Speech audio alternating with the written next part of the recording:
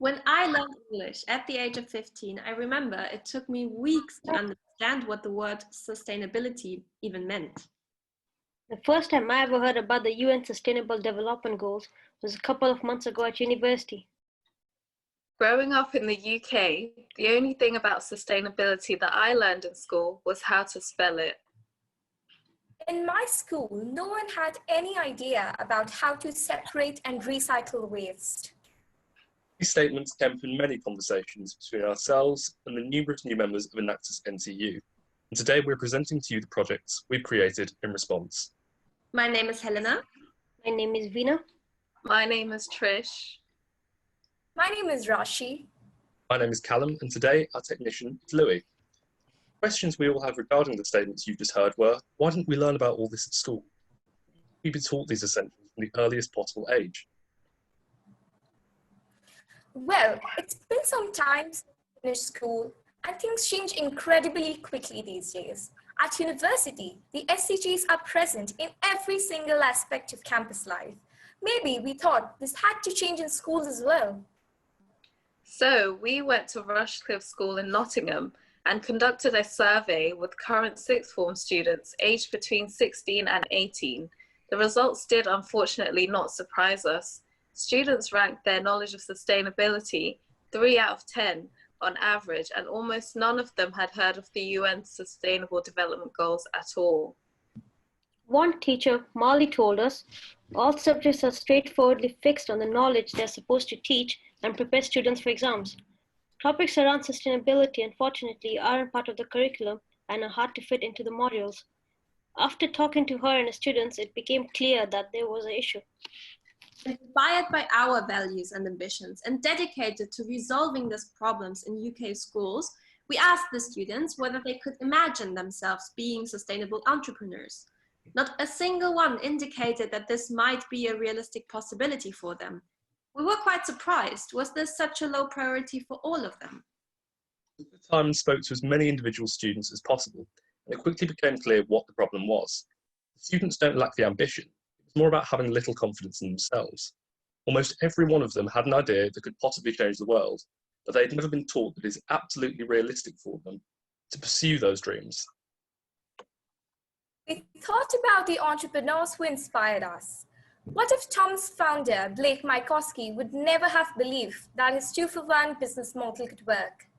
The only difference between those entrepreneurs and our students was the confidence they had in their ideas and themselves.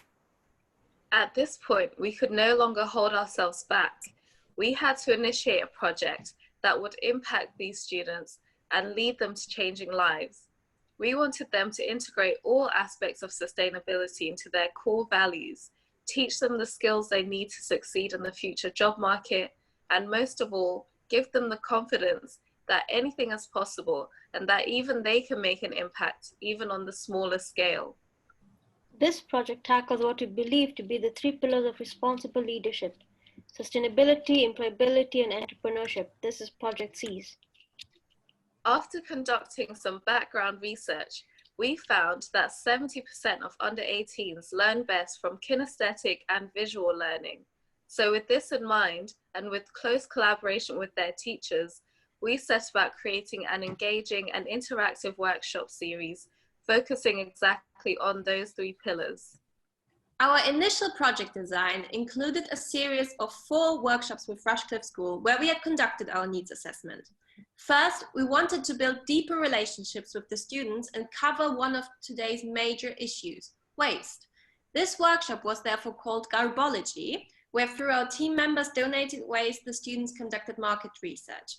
It helped us connect with the students from the beginning, making the workshop fun and engaging while highlighting the importance of recycling.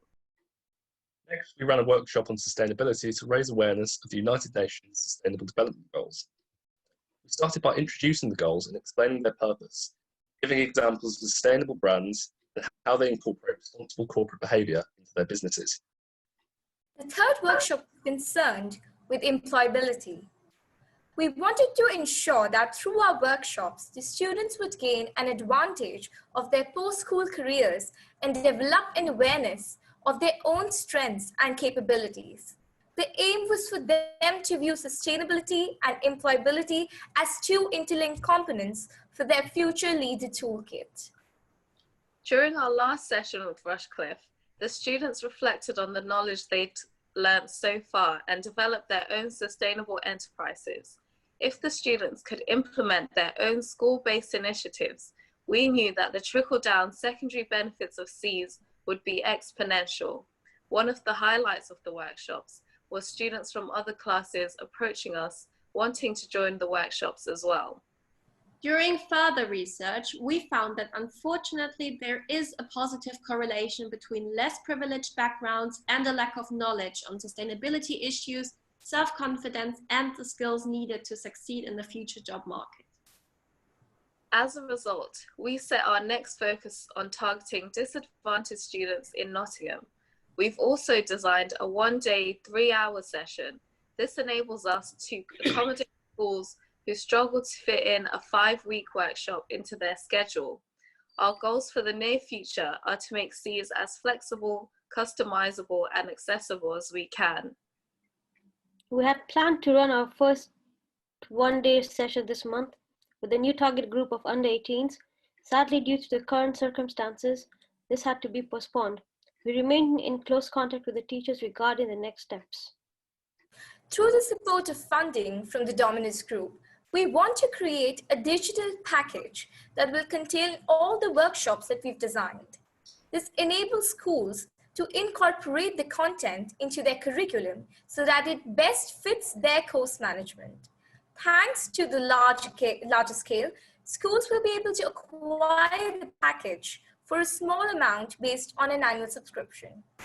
We plan on selling the package with an annual subscription fee of £25 per school. This will include updating workshops as we develop new content and will enable schools to add our workshops to the curriculum of multiple year groups.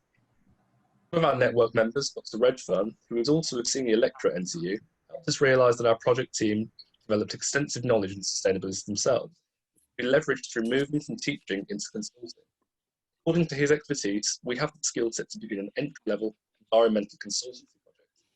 Additionally, he provided us with access to professional classes and online support for training our team members further. We have reached out to a local company, FPCR, to collaborate on an upcoming carbon consultancy project. We will carry out an audit to assess the level of sustainability within their company and provide potential solutions for them to implement in the short to long term. We would also like our students to assist so they can put their new skills into practice. This consulting project will be the primary revenue generating aspect of the Seas project group. Red Fund giving suggested price points of £250 per company. We anticipate annual revenues to reach £3,000 within 2 years.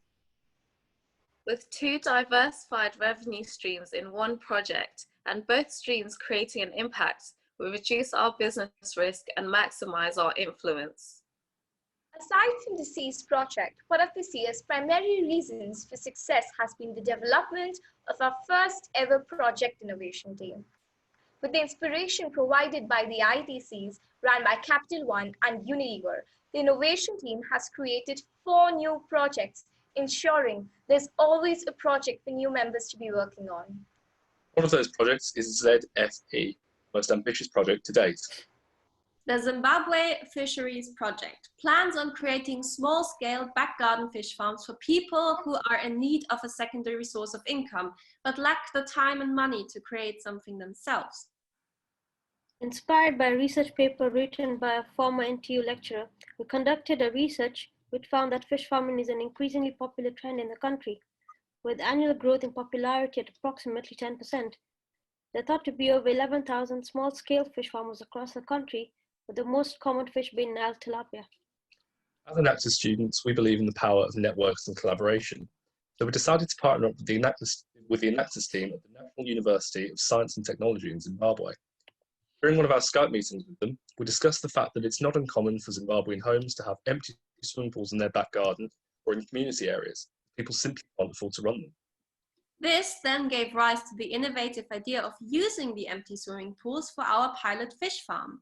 This reduces our base cost of building our first farm and also shortens our time to impact. We've divided upcoming tasks into what Enactus NTU and what Enactus NUST are each best at. We're conducting ongoing research, visiting a local farm, and developing a sustainable business model, while Enactus NUST will be on site identifying first beneficiaries for our pilot run, which we plan on carrying out this December, all things being equal. ZFP sums up everything that we're about as a team. Collaborating is an essential part of our mission. By working with the team the other side of the equator, we're making long-term relationships for the future and contributing to SDG 17.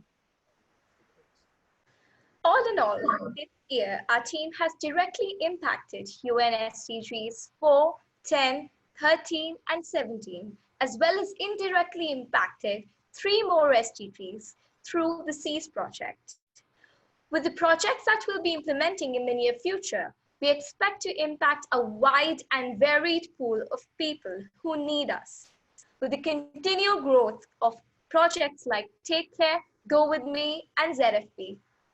We hope that you're excited for the future of Enactus NTU. Thank you for listening.